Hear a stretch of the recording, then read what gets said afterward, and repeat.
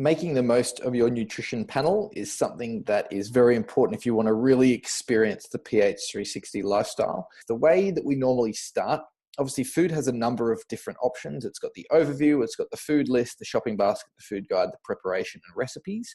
Now, how we would use the food generally, the best way to think about it is to firstly go to the overview.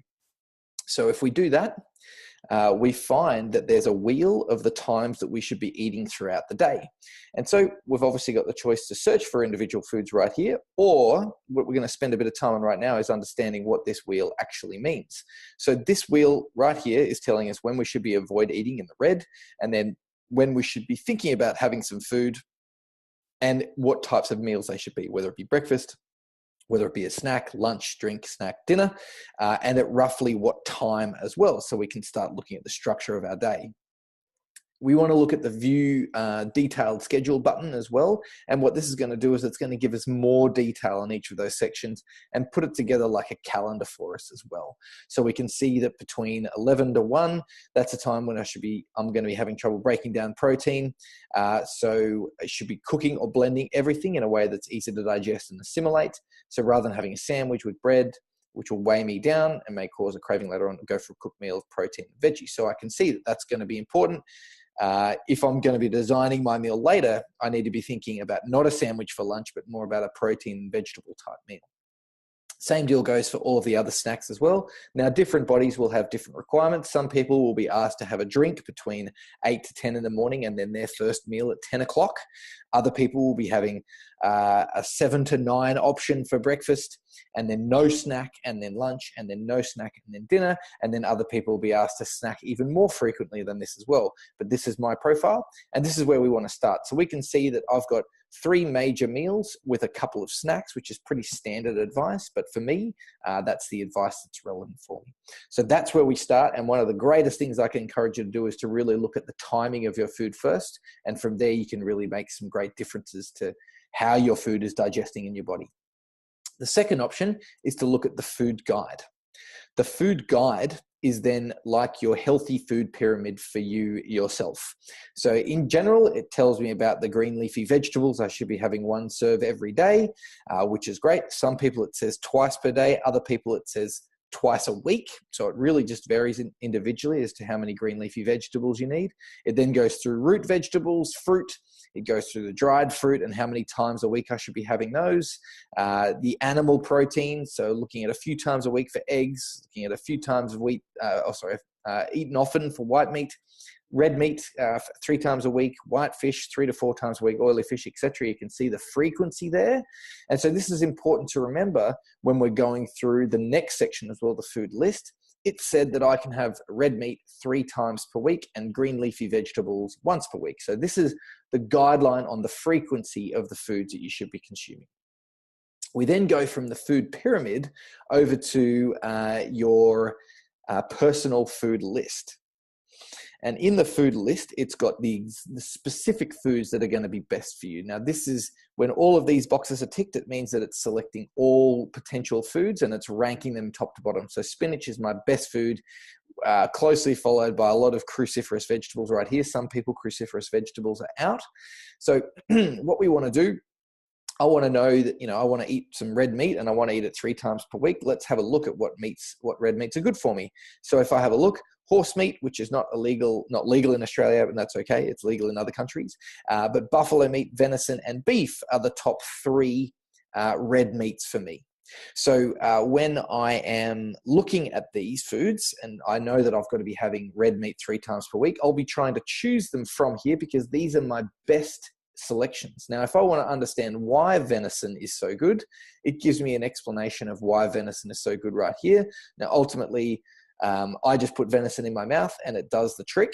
I don't need to understand all of this, but for people who do want to understand, normally it's the crusaders amongst us, some very avid readers generally, you want to understand a little bit more about why these foods are good. We also know that I can have white meat quite frequently, and guinea fowl and chicken are very, very good for me in that sense. They're both white meats. And then I can have white fish 3 to 4 times a week as well, and that's cod will be a great option for white fish. So you can see that it actually says this can be eaten 4 to 5 times a week. The thing I want you to notice is that the food guide said 3 to 4 times a week for whitefish. We give priority to the food guide as far as the frequency through the week, and then we use the food list to help us with the ranking of things. Now, sometimes it's going to say in our food guide, you need to be looking at the specific nuts and seeds and be eating in conjunction with the recommendations for the specific types of foods there. So if we look at nuts and seeds, I can see that sunflower seeds are 4 to 5 times a week. This is something I would then aim to get 4 to 5 times per week. When it's indicated in the food guide that we've got to follow the specific recommendations of the food, that's when the recommendation in this ranking becomes more relevant. Okay, so just to recap that, what we've got is we've firstly got the overview, and this is a really good place to start your goal setting. You can just say, right, what is a way that I can just eat to this frequency, even if I don't even look at the type of food? What's a way that I can bring my frequency to this type of, this style of eating? The second thing that you should trial is go to the food guide and say, right, what are the frequencies of the different meats that I need? And then after that, we can then become more specific about exactly what types of foods they are as well. So in this way, we can do a stepwise progression with our goals, and we can make sure that we're slowly getting a little bit better each time that we're looking into our food, making it a little bit more specific for us.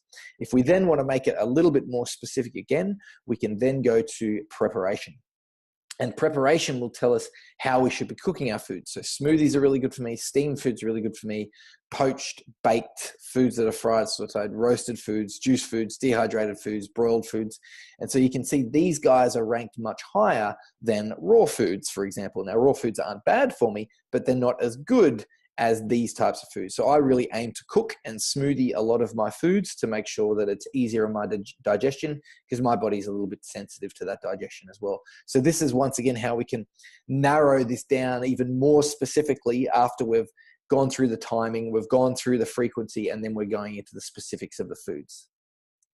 Then finally, we have the recipes, and the recipes is a useful strategy at just providing some inspiration. So what we can do is you can say, I want to have a kale and I want to have a beef option for recipes, and we can say search for recipes here. And what it's going to do is anything with kale and beef in it, it's going to come up. Now, interestingly, it's not all going to be off my list, and this is very, very important. So I'm going to choose something like this sauteed ground beef. And what it's saying here is it's actually giving me a taste profile, which is really important. And then it's also giving me a list of the foods that are in here as well. So olive oil, a small chopped onion, peppers, lots of peppers, garlic, beef, kale, salt and pepper. Okay, so if I'm looking at all that, that's good, but are these other things on my list? Now, I personally know that olive oil is on my list, but I want to see where onion and bell peppers are, or capsicum is for the people who call it capsicum out there. So I can just check that here. I can just check pepper here. And so I can have some bell peppers. And when it comes to onion, I can have some onion now. It's only once every couple of weeks. So there might be something else on my list. And I know that leek is similar to onion. And I also know that fennel has a similar profile to onion as well, just the way it cooks and all that sort of stuff. So that would be a replacement that I could make in that recipe that I've just had a look at. I could take the onion out and I could put fennel or leek in instead, because they're slightly more healthy for me. So you can see here that this is the beta testing of the recipes. It's not all specifically designed for exactly what's on your list. However, you can see just by choosing something that I know beef and kale are in, I can make some additions. I know that I have the capsicum now. I know that I can change this out for a leek and a fennel, and I can then use the garlic because I know that's on my list. I've got the kale already there. That's all good. And a bit of salt and pepper will also be okay too.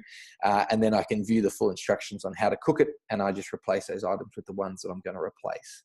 So hopefully that helps make a bit more sense of the food profile. I know that there's a lot of detail in this, but one of the most important things is that you can really stepwise it out. Start with the frequency, then go to, start with the meal planning as to the timing of foods, then start with the frequency, then we can go into the specifics of the foods, then you can go into specifically how you cook it, and then you can go into creating some recipes, and that might even be something that you do to create a bit of inspiration as well. Hopefully that helps, guys, because I know that the food is such an important and powerful part of pH360. And as a practitioner who's been working with it for a long time, I know the timing of the food you consume is actually critical. So I'd really encourage you to start with the timing and then get more specific after that. And I'll be producing a series of these videos to help you really navigate the rest of the platform as well. Have a great day wherever you are in the world, and hopefully you're enjoying something incredibly personalized for lunch or dinner today.